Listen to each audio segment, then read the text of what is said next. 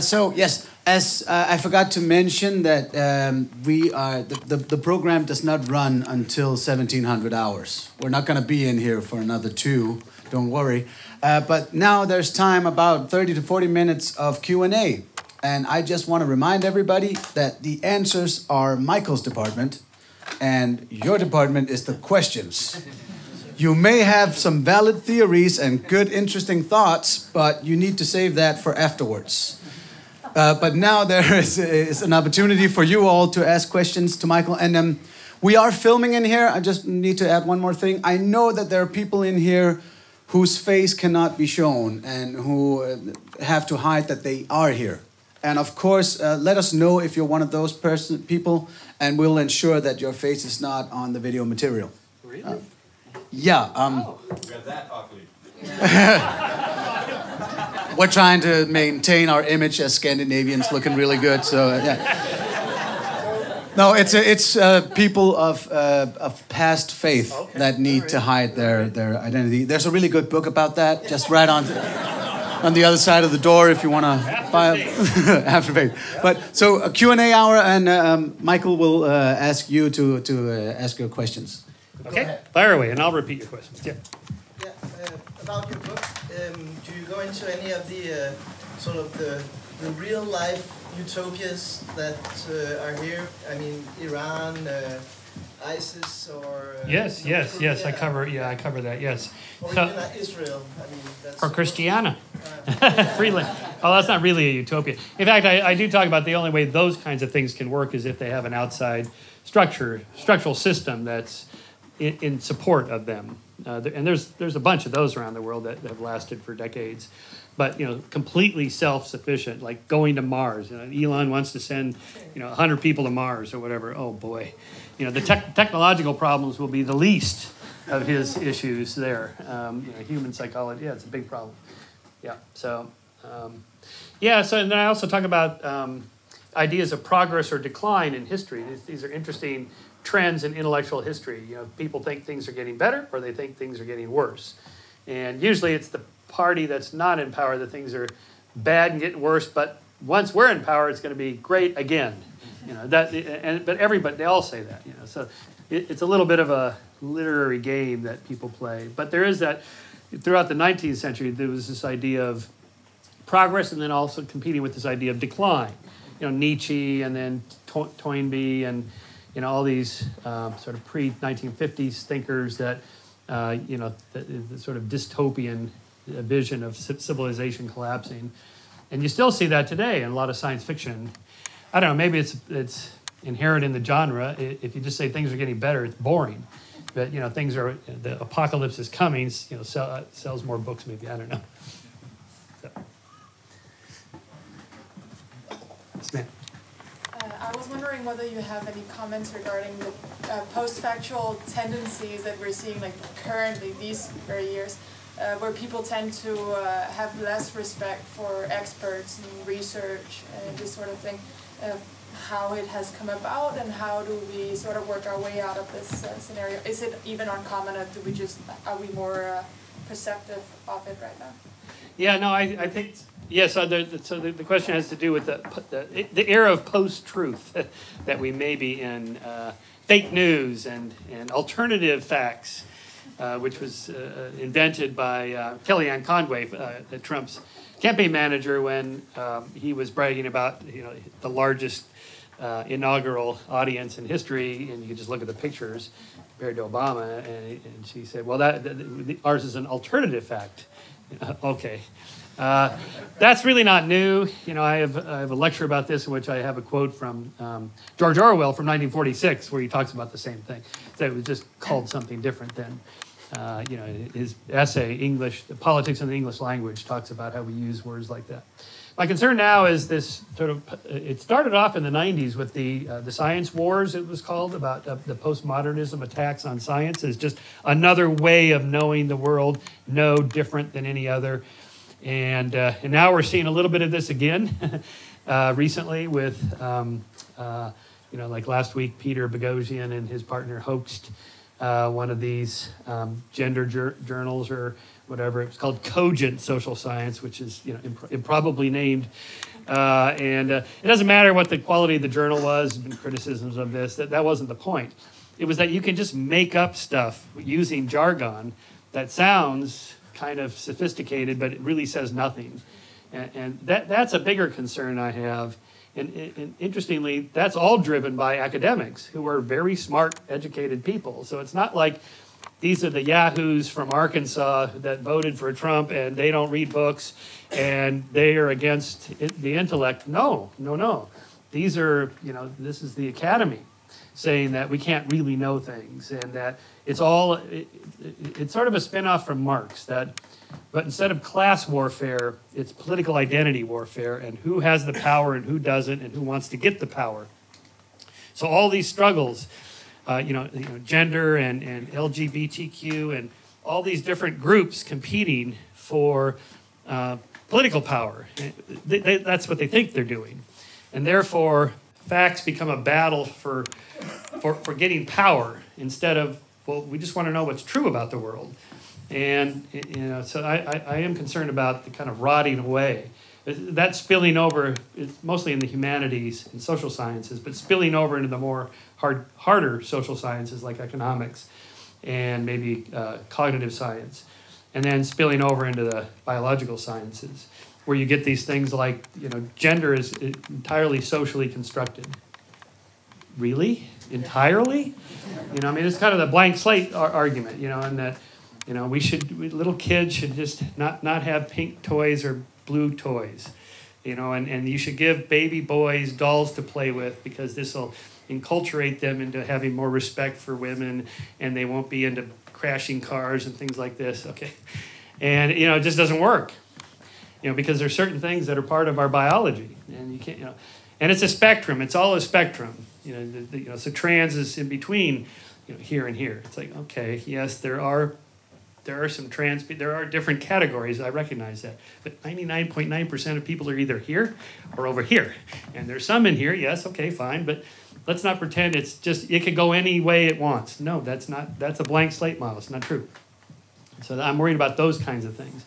And the sloppiness of the research it's embarrassing. You can't tell the difference between the real papers and the hoax. There's been a bunch of hoaxes. There's a bunch of these, where there's this, it's like the Deepak generator. Have you seen the Deepak tweet generator? And there's one like that for postmodernism. You can write, and people have written entire papers, like the so-called Alan Sokal hoax. So Alan's writing an article for Skeptic for our next issue, which we'll post as soon as he sends it to me, in response to the Peter Boghossian hoax that came out last week that we published his expose. And people are furious about it. It's like, you're missing the point. It isn't that they fooled the journal. This could have been done in The Onion. It still works. That's why The Onion's funny, because there's enough truth to the stories that they tell on The Onion that's what makes them funny. And that was the brilliance of the Alan Sokal hoax, that you couldn't tell the difference between what he wrote and all the stuff that's published in those lit crit journals. And then we have a problem of, well, what are we even talking about? We have to talk. We have to use words to communicate ideas. And if we're using words and no one even knows what anyone's saying, then we're really lost. Yeah. You mentioned a couple of times the blank slate. Could you expand on the problem, that perception of mind and... Yeah, so the blank slate, of course, the best book on this is Steve Pinker's book, The Blank Slate. Actually, anything Steve writes, you should read. He's one of the best writers and thinkers of our generation. I mentioned Roy Baumeister as well, but Steve is a good friend and he's a great writer. And he encapsulates there in 750 pages, a big book, all the different categories where people have come to think that environment is everything in terms of human nature, why we do what we do, why we act the way we act, anything, and that it's completely capable of being engineered by society, by political systems, economic systems, and so on. That's kind of what it spills over to, as well as parenting style and criminal justice, and all the assumption that we're all born. Well, I call them cognitive creationists, that they believe in evolution from the neck down, that everything, every organ in the body but the brain evolved, This has caused serious problems in social science research. Charles Murray, got in huge trouble back in '94 when his book, The Bell Curve, came out. It was only 2 chapters in, this 18-chapter book on race and IQ. It's probably not a big thing here in Europe, but in America, this is huge. I mean, it's gigantic. I mean, he was, just taboo. That's a taboo subject. I wouldn't touch that subject ever as a researcher, but, some people do. Okay, so, but the premise is that there can't be any biology to IQ. There just can't. We can't allow that. Because if we allow it, then that's going to enable the discriminators and so on. It's a little bit like the arguments against hate speech. If we allow people to use the N-word, then pretty soon they'll be lynching people again. Okay, I disagree with that, but that's the argument. So that's the problem with the blank slate, and Steve completely demolishes it, and he has a new edition coming out this year, update, since 2004, of all the examples of the blank slate still in use. Despite our, the dispersal of knowledge about biology, genetics, all the books on and TV shows and documentaries on genes and evolution, in spite of all that, people still have a hard time from here up thinking about it. That way. How long did you travel from a believer to non-believer take, and what actually happened? Was it a certain incidents, or was it just a long period of time? Right, so what happened to my faith? So I was not raised religious. My parents were not religious at all. They weren't anti-religious, wasn't even a thing. But in the early 70s, when I was in high school, the born-again movement, the evangelical movement, started to take off. And my friends got into it. So we know from studies in the blank slate, for example, that that parents, the influence of parents on children pretty much starts to wane by your early teens, and peer groups become heavily influential on what the path you take and so on. And that was the case for me. My friends were all doing it. You got to go to try this Jesus thing. Like, okay. And my friend invited me, my best friend, to church, and his sister was coming, and she was super cute. So I thought, okay, when you're 17, that's the kind of stuff, reasoning. Okay. But I did it. I remember sitting there, and he's like, so he did the call to come to the stage, where you all hold hands and accept John 3:16, for God so loved the world, he gave his only begotten Son, that you may have eternal life. Boom, and I did it. It's like, okay. And then I remember going back to school on Monday, and I told my friend Frank, he was a Jehovah's Witness. I said, I did it, I accepted Jesus. He goes, no, the wrong religion, that's the wrong one. Like, the Presbyterian, no, not the Presbyterians. That was my first inkling, like, okay, so, what if I picked the wrong one? But everybody there said it was the right one, so okay. Anyway, but I got into it, and then I went to Pepperdine. I was going to major in theology, because I wanted to take it seriously. And I mostly liked the intellectual arguments, arguments for and against God and free will, all those things. It was really interesting. And but I also wanted to be a professor, because it seemed like a great job. Get paid to just lecture and read, and you get summers off. Anyway, but to be a professor in theology, you have to have a PhD, and PhD in theology, you have to master Hebrew, Greek, Aramaic, and Latin, and I could barely get through Spanish, so there was no hope I was going to do that. So I switched to psychology, and that was the beginning of, started studying science, experimental psych. And I went to a graduate program at a state university where no one was religious, or maybe they were, but no one ever talked about it. Remember, this is before Dawkins, this is before the whole atheism thing became a thing. No one talked, it was just, who cares? And when you're out of the bubble, Pepperdine was in the bubble. And it all makes sense. Everything's filtered. Outside of the bubble, it just didn't make any sense. It's like, clearly no one cares about this stuff, and everyone's doing fine. So what do I need this for? And then I took an anthropology course from this woman who studied shamans in South America. And it's like, so I got into all that. I didn't do the ayahuasca thing or anything like that. But studying, it's like, well, these people believe just as much as I do. And, what are the chances that I got it right? All these 10,000 other religions, sects and faiths and so on, and they all believe. So what are the chances I got it right? And a lot of religious people think, yeah, good, I did get it right. But no, I don't know. But mostly I was young, and it was easy to give up. In fact, it was probably a big relief to my friends and family who were not into it, because one of the things you do as an evangelical is evangelize, which is really nauseating at family dinners, and I gotta just tell you about Jesus. Because that's what you are. If you're an evangelist, you're supposed to do that. And you do it because you know you're right, and we're talking about eternity at stake. And these are the people you love, so you should do this for them. That's the argument. Okay, so anyway, I just quietly gave it up. It took maybe 6 months or so, where I remember I was wearing an ichthus. This is in the 70s. Guys wore necklaces, gold chains. But I had, my girlfriend gave me a little ichthus, the fish with the Greek symbols, Jesus Christ, Son of God, Savior. Yeah. And I just took that off. It's like, this doesn't feel right. And then I just never mentioned it again.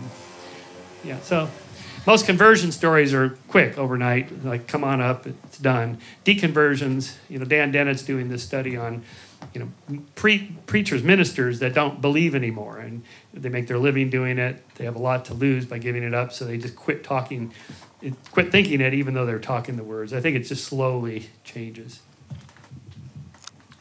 Go ahead. Well, about that subject, we have an organization in Denmark called Post-Faith, which Anders' book is about. Post-faith, yeah, that's great. Yeah, and it's former believers from different kind of religions, and even though we are a pretty secular country, I would say there's a lot of people out there in a pretty bad fix because of social control and all the existential crisis and all that follows. Yeah. How do you see that in the? Yeah. That's super important. I think to have an infrastructure non-believers can go to. So I do support humanist organizations. I'm not into it myself. I don't feel the need to go to Sunday service, every week. We have these in Sunday Service LA. There's a humanist group there. They light candles. They sing hymns to Newton, and it's it's great. And they have people get up and give inspirational stories of how they gave up their faith. Like and that's great. So I think we need that. I mean, they do marriage ceremonies, funerals, dating service, the whole thing.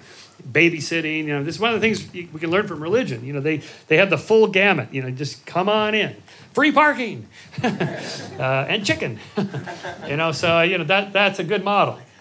Personally, I'm not into that myself, but I think it's good that there are groups that do that, and I think that's one of the things humanists should do. Some of the humanists said, we should have a brick and mortar building in every city. Okay, if we can do it, that'd be great. See someone back there, yeah.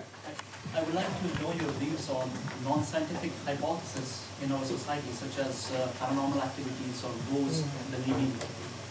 So because I think these are the main problems. Like people like from me, from India, most of the people they converted from non-believer to believer just because of the God-feeling mentality. So, God-feeling mentality, yeah. Like they fear from the God, and that's why they convert from non-believer to believer. Yeah. So because the ghosts and all this. Yeah, see, a lot of these things I think are not non-scientific questions. I mean, it's an empirical question: are there ghosts or not?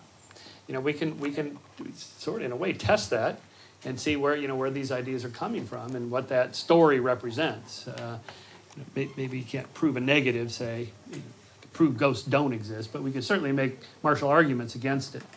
So the best argument we have about the paranormal of any kind, ESP, psi, whatever. Is that there's been about a century and a half now of pretty rigorous experimentation.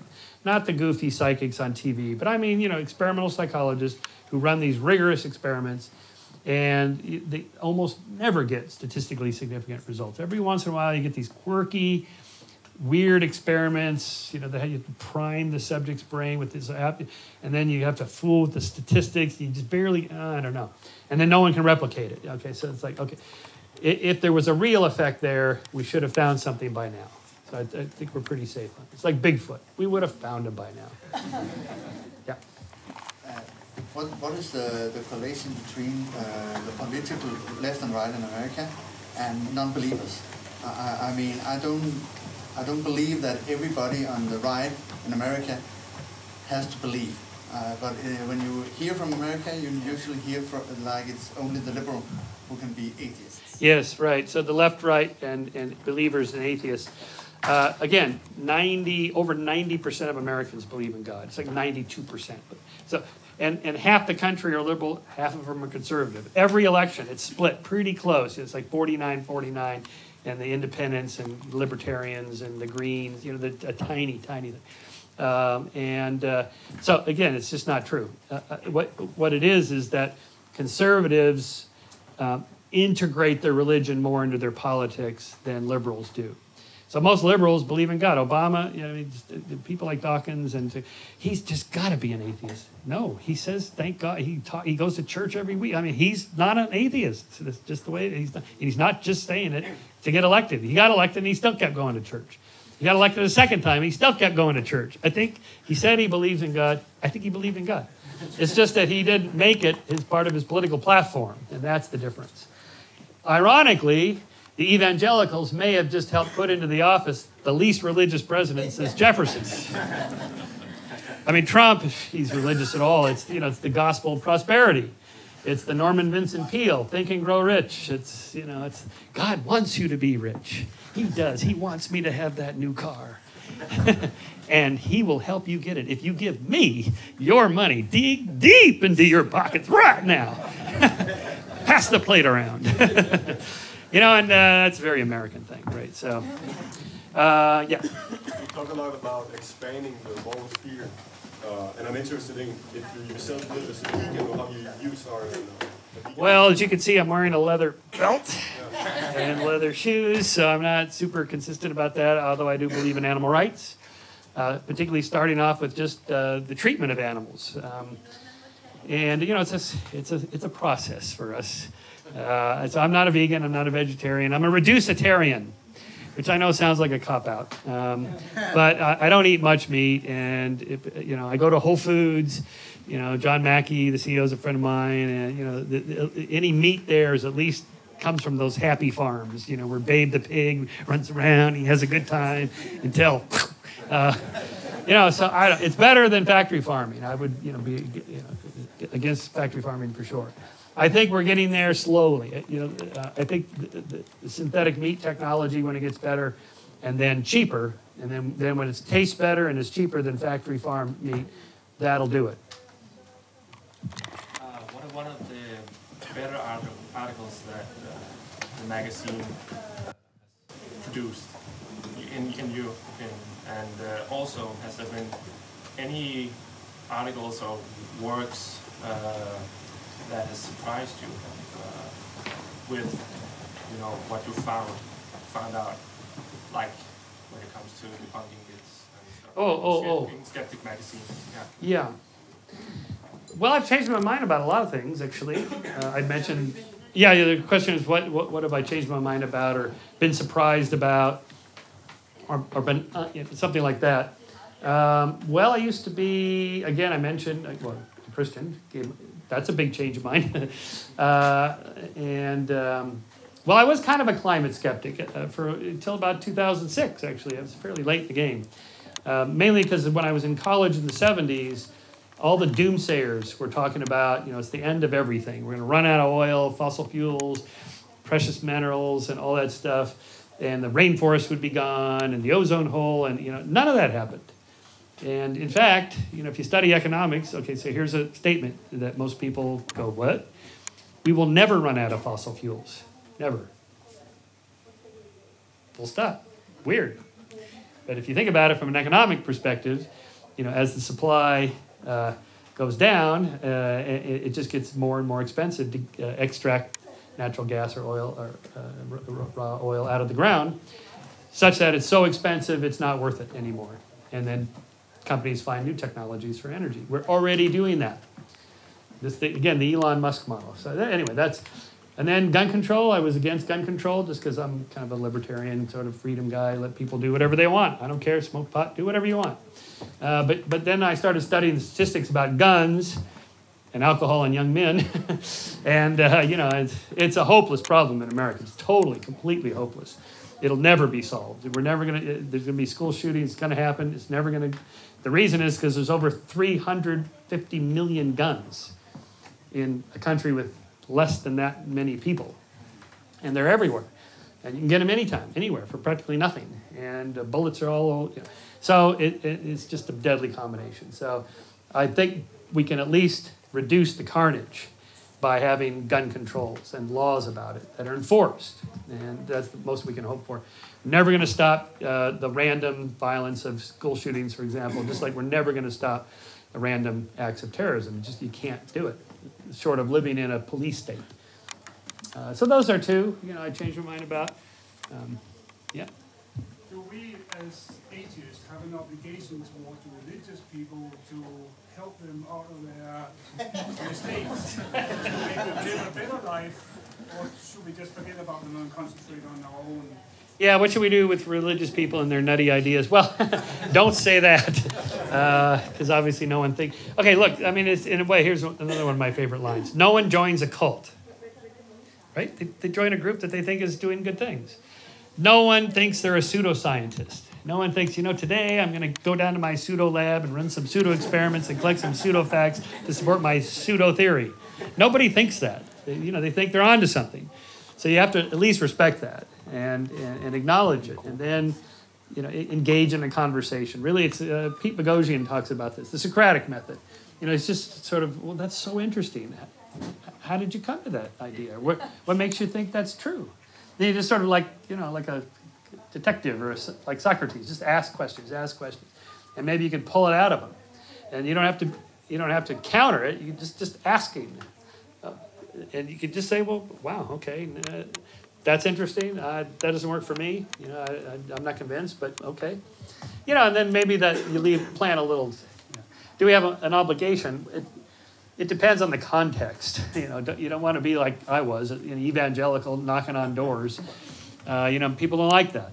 And so, but if the cocktail party is correct and people are having fun talking about this kind of stuff, then sure, why not? Go for it. That's sort of my attitude. Yeah, back there. Thanks. Hi, Michael. Great talk, and also great book. Just finished it. Oh, thank you. The Moral Arc. Oh, you're the one. Oh, thanks. So I really support the purpose of expanding the moral sphere. I think it's an honorable purpose to have. I guess there's just two questions for me. You talk about it being founded in a biological morality that we keep with us. I mean, also we actually had the pleasure of receiving Franz de Waal last week at Christiania, where you talked a couple of years ago, the same science and cocktails. Oh, nice. Fantastic. All right. But you talk about biological morality, and then you expand on it and talk about that morality is the best prosper for all sentient beings in a gradual sense as well. Which, I mean, I'm not going to go into whether or not there are gradual sense within the human species as well. But yeah. But basically, can you connect these two? How the biological morality actually comes to the conclusion that this is real morale? Right. So first, so there's two aspects of this. Do we have a moral nature? And the answer is pretty clearly, unmistakably yes. And starting with Franz de Waal's research and others that study ethology and animal behavior, clearly they have the rudiments of a sense of right and wrong. So that hilarious video I always show of the two capuchin monkeys in Franz's lab, he probably shows this video, where they've been trained to swap a stone for some food. It's just operant conditioning. Classical conditioning. And then, so then a new session starts, you give them a stone, and they give the stone back, and then they get a slice of cucumber, and they like the cucumber. And then, but they like grapes better. So this one sees, he gives his stone, he gets a cucumber, he eats it, oh boy. And then the other one gets a grape. And it's a translucent, so they can see. And he sees this, and he's like, oh boy, I'm going to get a grape. He gets his rock, and he puts it in there, and the experimenter gives him a cucumber. And he goes, boom, like that. And you can see he's pissed. I mean, he's slapping the cage, and he's rattling the wall. And it's unmistakable. He is pissed off. Like, it's a she, yeah.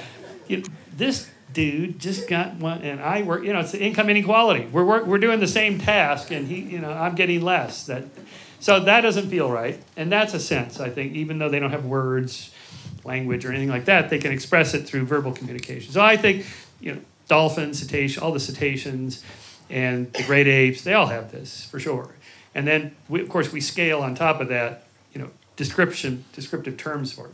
Now, the harder problem that no one agrees on is, can you then build from that into real right and wrong?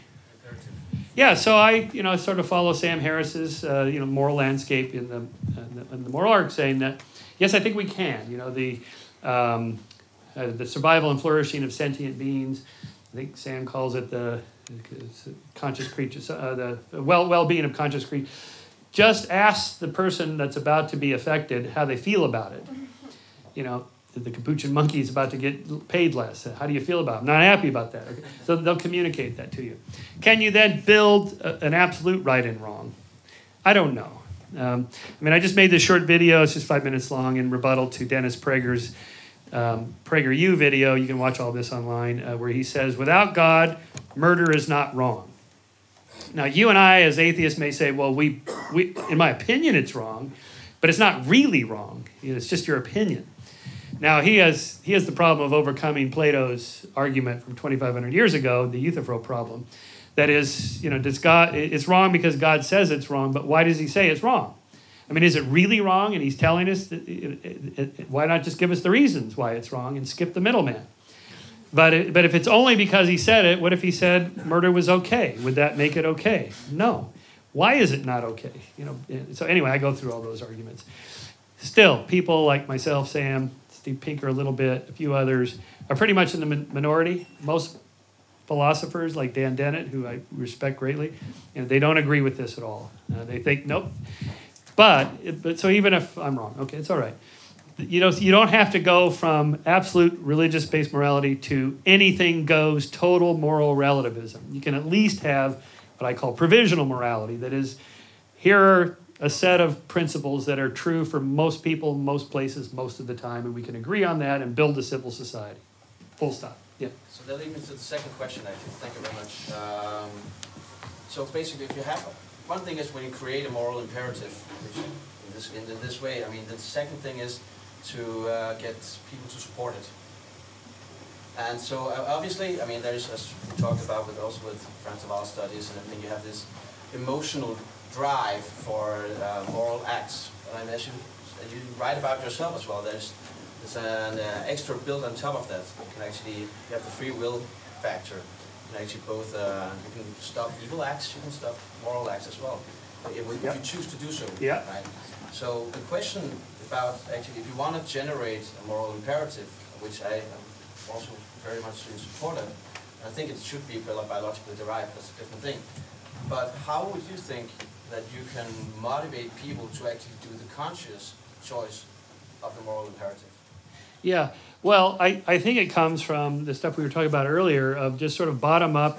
We're all trying to work towards some goal. I mean, what is it that civil society has been working toward for centuries? And it is expanding that moral sphere, expanding the civil rights, the equal treatment under the law of more people, more of the time in more places, and so on. I think we've been doing that even unconsciously. I mean, just the way TV scripts are written, novels, comic strips or whatever. I mean, it kind of bubbles up from underneath. You know, Ellen comes out of the closet on her TV show back in the 90s, and whoa, that was a big thing. And it just sort of makes it okay. But so I think that's where it comes from. Instead of, I mean, there's the top-down argument, top-down laws, of course, but top-down arguments that professional philosophers might make, but the average person isn't really paying attention to that. So we want to just shift their thinking so that it becomes second nature, where you don't even think about it anymore. I don't need to hear arguments against slavery. It doesn't even enter my mind that it's a debatable issue. I don't even think about it. That's how far we've come. And same thing with same-sex marriage, interracial marriage. You know, these things we don't even think about. So you think it's something kind of an asymptotic approach to something that was yes, naturally involved? Asymptotic, but never reaching. Yeah. Yeah, I think, the reason why, we have Aristotle and Kant and Hume and G.E. Moore and, and all these great philosophers that have spent an entire life devoted to, creating some moral system. Okay, these people are all smarter than me. Okay, and yet none of them has the system. So it must be that there is no one system, that you have to kind of use utilitarianism and use categorical imperative, use, what's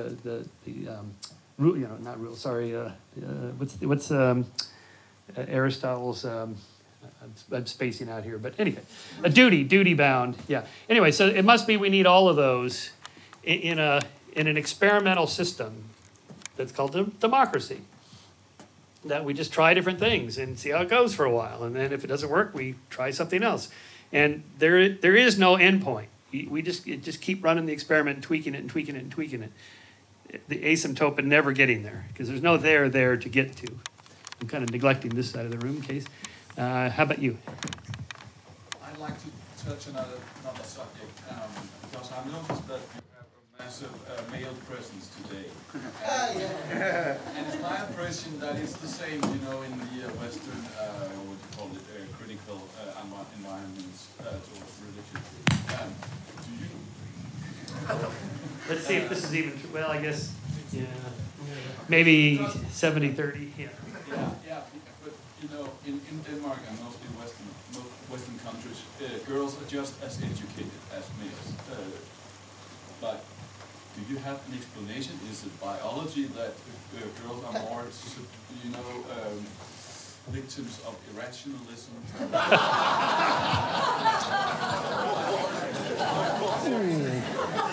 Yes, that's what I think. Yes.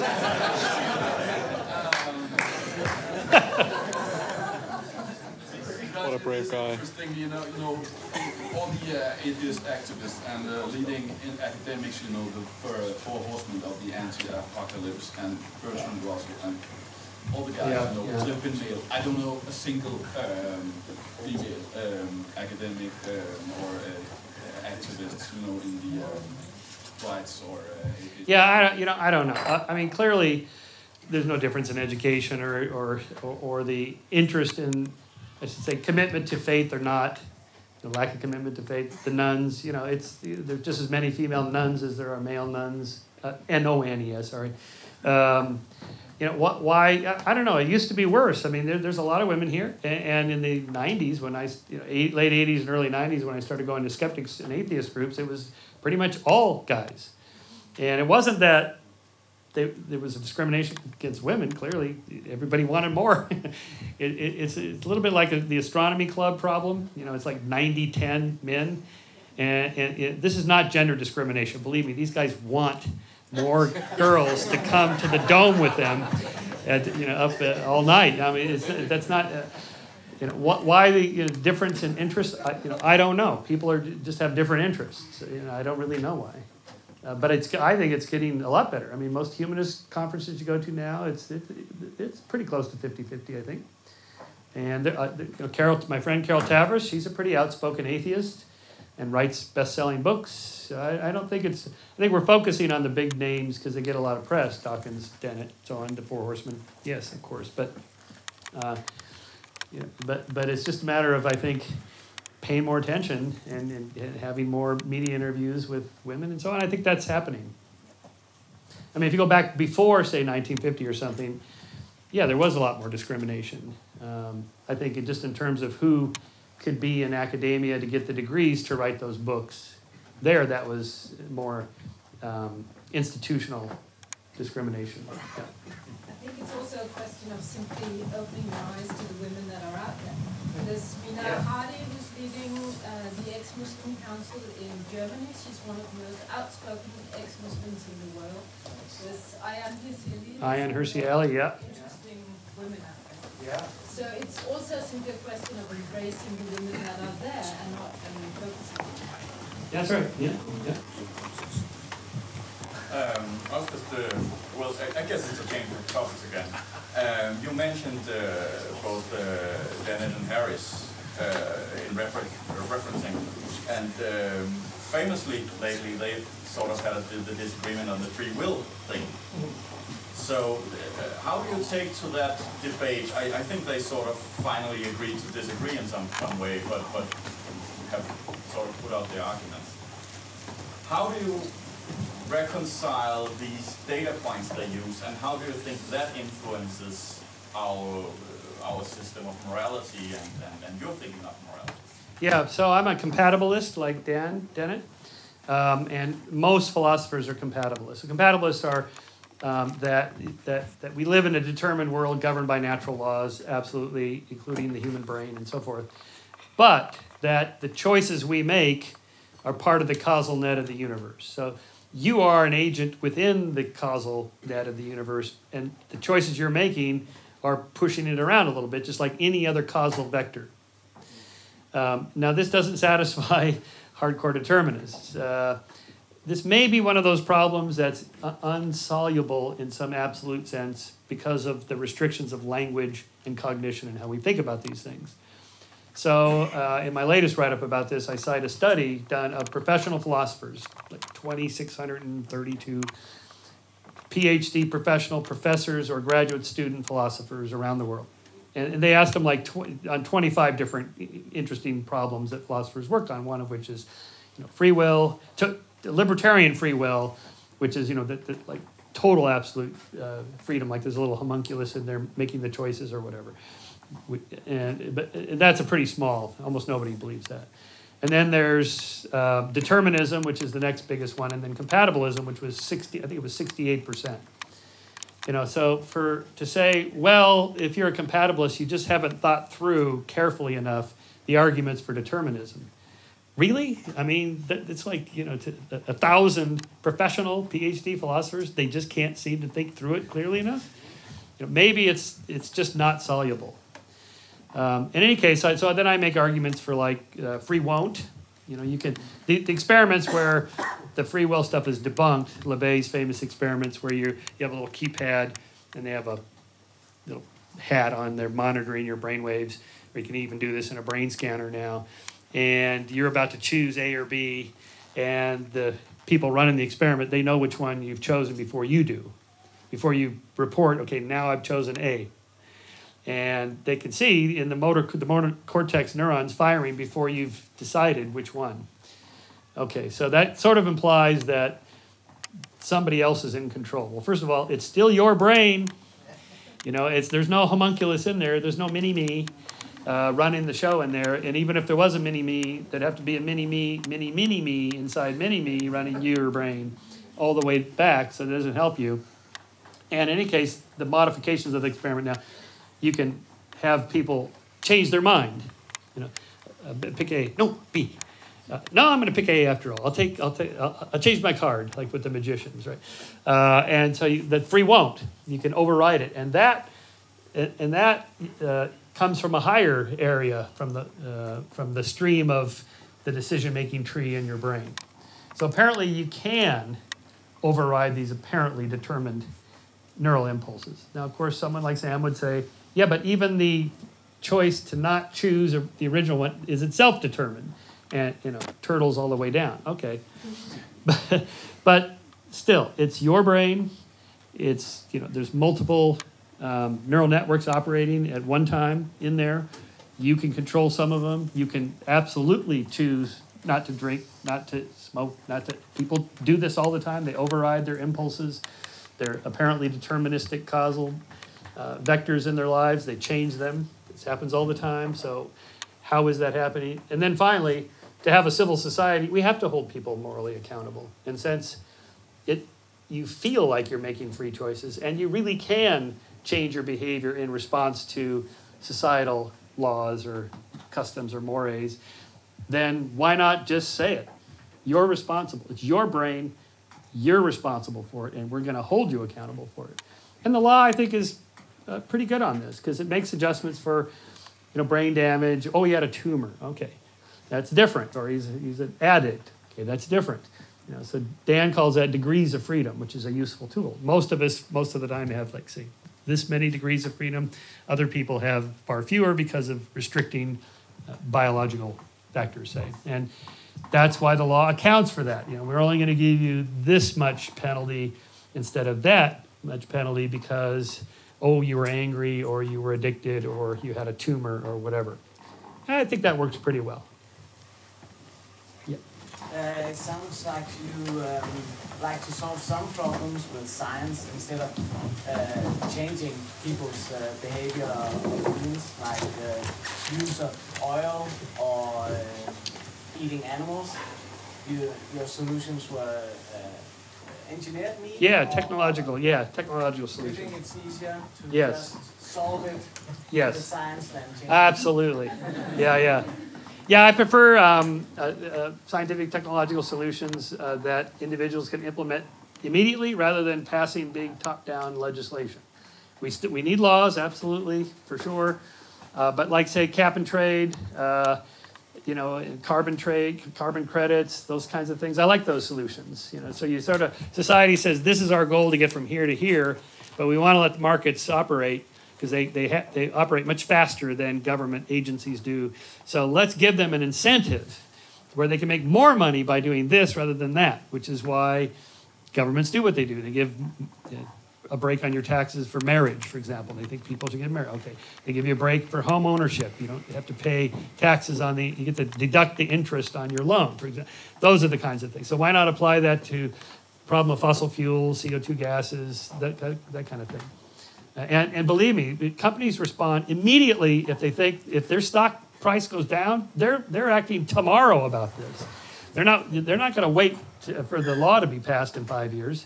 They'll respond immediately. You know, and you know, there were in 1910 there was as many electric taxis in New York City as there were gasoline-powered taxis. Imagine where we'd be with a century's worth of R&D in battery. It took Elon Musk to do this. You know, no one who killed. Remember the documentary Who Killed the Electric Car in the 90s? You know, and the problem was there was no incentive because they were crappy little cars that were slow and they could only go 50 miles. You know, but Elon made it cool. Wow, that's a cool car. It goes 300 miles, you know, and wow, okay, so everybody wants one. Now everybody's building Tesla-like cars, all of them, all the big boys, GM, Ford, BMW, Porsche, they're all doing it because of market forces, not because of any government act. It's like, hey, we got to get in on that. That Elon guy is super cool, and he's making a boatload of money, okay? So that's how you do it. Yes? You spoke pretty optimistically about a natural outphasing of religion. But right now in the EU, we're kind of living a Huntington's clash of civilizations in real life. And we're kind of seeing examples of this cognitive dissonance you spoke about. Like, both parties are just developing an intensified belief in their original convictions, and tolerance seems to be dwindling. Do you see this as just a bump in the road or a serious threat to... Yeah, about Islam, the problem of Islam, you mean? Well, also the fact that, you know, we're seeing a lot of right-wing nationalism. Yes. At the same time, so we're kind of, yeah, we're just believing stronger in what we maybe originally just thought a little. Yeah, I think, yes. So, yes, bump in the road for sure. Yeah. Not a turnaround. No. I mean, say, take Trump supporters, you know, the alt-right. Okay, most of Trump supporters are not people on the alt-right. They're not crazy, bigot, racist. They're not. And this is one reason he got elected, amongst many reasons, is that most of the people that supported him, they're just regular people that are nice folks that have expanded their moral spheres along with everybody else. They're not bigots, they're not racist, and you call them that, and they just basically say, fuck you, I'm going to pull the handle for Trump, just to stick it. Because you guys, you know, when Bill Maher and these comedians make fun of the flyover country, you know, the Midwest, you know, they make fun of these. These are the yahoos, the ignorant people. They're not that dumb. They know when they're being made fun of, and they don't like it. And those East Coast elitists telling us how we should live our lives. Trump. You know, they don't like it. And you know, Hillary, in response to the nightclub shooting in Florida. We need more gun control. You know, the guy's yelling Allahu Akbar. Gee, what could be his motive? Let's see. I can't figure it out. You know, even the Manchester thing. Theresa May couldn't say what everybody knows. So, you know, the one guy in the room that says, it's Islam. Trump, people go, yeah, finally somebody's saying it. So there's a little bit of that, I think. I don't think ISIS is an existential threat or any kind of terror. You know, no terrorist organization has ever overthrown a state. ISIS is not really a state, and I don't think they can only do so much damage. And so it's just a troublesome thing. On the plus side, what's her name? Marine Le Pen. You know, lost. Okay, so because everybody was thinking, oh boy, you know, Brexit, Trump. And that didn't happen. Okay, so maybe it's not inevitable. Yeah. I remember that Christopher Hitchens used to worry about theocracies getting their hands on apocalyptic weapons, like my country of origin, Pakistan or Iran. Could you comment on? Yeah. So the concern Hitch had about terrorist groups getting a nuclear weapon. Yes, of course, that would be, you know, catastrophic. Not existential, but catastrophic. Or fundamentals, like in my country, it's not terrorist, it's like just a fundamentalist group. It has huge hold and support and you mean if they came to power politically? They have power already. And yes. And at his time, you know, they weren't, I'm not sure where they stood, but they certainly do have a lot of say here.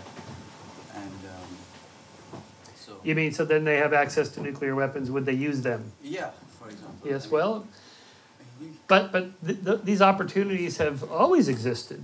Any of the governments, there's 9 countries that have nuclear weapons. Well, Israel says they can't tell us, but we all know they do. So 9, okay? But it hasn't happened. So I'm encouraged in that sense that there's plenty of times when it could have happened. And yet, for some reason, it didn't. So there's something of a taboo against using nuclear weapons, which is good. Close to something like the taboo on chemical weapons, although clearly not everybody pays attention to that. And we're not there yet where we could get rid of all of them. So I'm in favor of nuclear zero if we could get there. But the deterrence problem is a substantial one. This is, you know, described by game theory. You know, prisoner's dilemma. You know, I just can't trust. I just can't let my guard down. You can't, because it's always a possibility. So I don't know how long it'll take to get to nuclear zero, really, because there's always going to be some whack job, you know, out there who wants to do this, and that's never going to change. We just have to reduce the possibility of that happening, and reduce the possibility of the carnage from it. But again, I mean, even if they got one in New York City and killed 10 million people in a day, that would be pretty catastrophic. But it's not like the president's going to turn over the keys to the White House to ISIS. Well, you won. You know, that's never going to happen in any country. So, you know, they can't do that anyway. Okay. I hate to be the boogeyman, but if we need to keep schedule, this will be the last. Okay, last question. Okay, let's make it a really good one. Okay, 2 good questions. You go and then you go. Me? Yeah. Okay, so I've always felt that the main purpose of rationality of reason is to guide and assist our ethical intuitions. If you take our ethical intuitions, if you take ethics out of it, if you imagine a world where the only difference between religious and non-religious people was, you know, kind of irrelevant little details of nitpicking, it wouldn't really matter so much. And you can really tell from your writings and Sam Harris and Hitchens, all half of the arguments that are presented against religion are of an ethical nature. Yes. And that's why it's kind of disheartening to see that if you look at great advances like the innovation of slavery, great rationalists and atheists really didn't seem to be on the front line. There might have been at least like 15 of them, you know, not the masses, but some figures. And just to top it off, today's question is not racism, but speciesism. Again, yeah. And it's very disheartening to see people like Dawkins and you and Harris not managing to take the step. What's it going to take? I mean, yes, I don't know. Okay, so speciesism is like the next big one. And by the way, I predict after that it'll be robots and AI and rights. You know, is data a person? Yeah, I think that's coming. But in the meantime, I think our intuitions, our ethical intuitions, are all moving in the right direction over the course of the last couple of centuries. From the time when Jeremy Bentham first articulated, it's not can they think or can they talk, but can they feel? Can they suffer? Can they hurt? And that, I think our intuitions have, you know, the bullfighting is almost completely out everywhere except for Spain, and even Spain is probably soon to be gone. You know, dog fighting, cockfighting, these things, you know, cat baiting, you know, bear baiting, cat burning, all that. You know, people don't do that anymore. So and I guess I like Temple Grandin's approach, you know, about at least making their lives as good as possible until we eat them. I know it doesn't sound good. It's like saying it's like saying we took good care of our slaves. Okay, I know. Yes, I know. So come on, man. All right, here's my belt. You can have my leather belt. Yeah, yeah. It's well, okay. I'm a hypocrite. No, because the arguments are all, I mean, Peter Singer's arguments, they're solid as any of the arguments that the anti-slavery people made. It's the same arguments. It's true. I don't want you to say it's true. I want you to... Yes. I want you to show me that rationalism works. Well, it does to a certain extent. The change in behavior is more than just that. It has to be convenient, it's easy. You know, every restaurant, you know, has vegan choices, and that's getting much better. Again, I hardly ever eat meat. But if we only drift towards it by convenience and norms, I think the diet thing is much harder than the others because you know you don't have to have slaves, and most people, even in the South, didn't have slaves. They couldn't afford it, and so but everyone eats every day, and it's not that you can't get the protein from elsewhere. Of course you can. It's just hard to do. You know? Is it? Well, I find it difficult to do. Yeah. How many of you are vegan or vegetarian here? Okay, that's quite a few, but most not. Why not? I like meat. Okay. So what do you say? That was my point. I mean, if we're only nitpicking about facts, yeah. And if reason doesn't play a role it really should, which is ethics. If atheists only care about whether evolution is true, but they don't want to, I'm sorry, if rationalists only want to debate whether evolution is true and they don't want to abolish slavery, it really devalues rationalism. Well, I don't know. No, it's still there. Because at first you got to win the rational argument, then changing behavior. That's really mostly other things. Instrumental rational, right? Yeah. Why isn't that happening? I mean, why? Well, it is happening more than it used to. It's just the numbers are still small, but they're growing slowly. What about the leading rationalists? The leading rationalists. All right, you're going to shame me into having a salad tonight. Okay. Let's talk about this. Yes. Well, a shame group, yes. Oh, I have sinned. Yeah.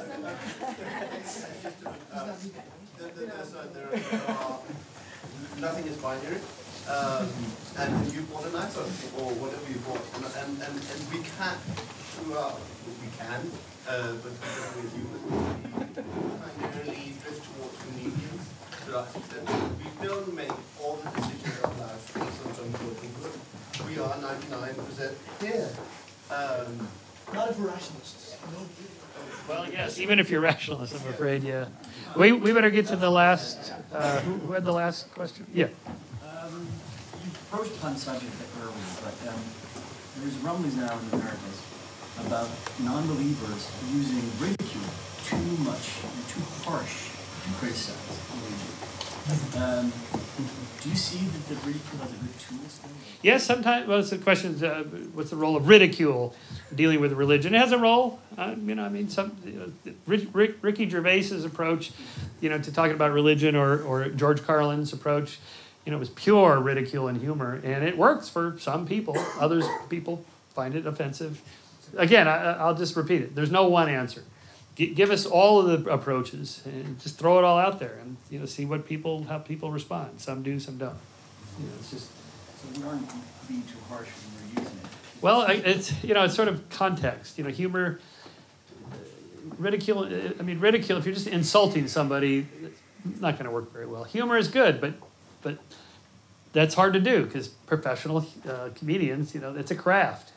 The George Carlins or Ricky Gervais. I could say the same lines that Ricky Gervais says about the Bible. He just reads from the Old Testament. It's hilarious.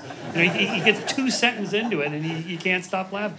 If I did it, it wouldn't have the same effect. There's a skill there. It's a little bit like the question. Well, what do you say to the dying person? If you're an atheist. That's a hard one. You can do the little spiel like, love is the most important thing. Yes, of course, and that works for some people. But it's like the Ricky Gervais movie, The Invention of Lying. Have you seen this? Yeah. If you haven't seen this, it's a great film. It's a world where everyone always tells the truth. And then one day he goes to the bank to make a withdrawal, and the banker basically says, do you have enough money in your account for that withdrawal? And he says, yes. And then she gives him the money, and he realizes he doesn't.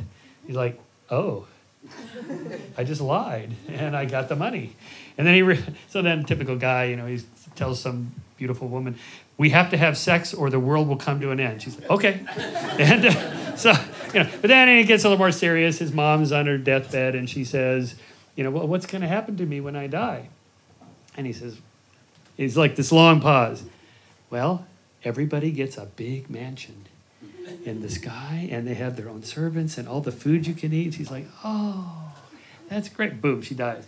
And then the word spreads around this hospital. Oh my God, did you hear? We all get a mansion. And then so the movie keeps going on where he now has this big following. He's in the media and the people surrounding his house. And anyway, it's a funny moment where he orders pizza in because he can't leave his house. So he's got these 2 big pizza boxes. He eats the pizza.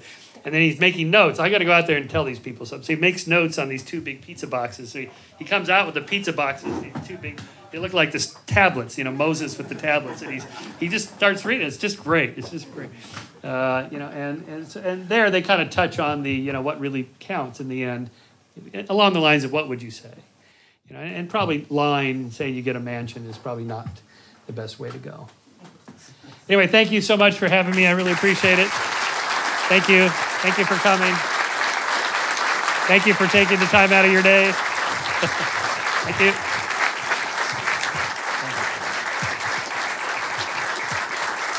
So, just to finish off, I'll just say that there's another hour to go if you're amongst those who have parked your kids somewhere. Now you have a full hour in the sun with a lot of interesting, bright people to talk to. So stick around here. There's beer in there, and it's cold and perfect. Also, please follow us on Facebook, the Atheist Society. You can see whenever we have new lectures and stuff like that coming. And I guess that's it. Please let Michael know once more that you enjoyed this talk.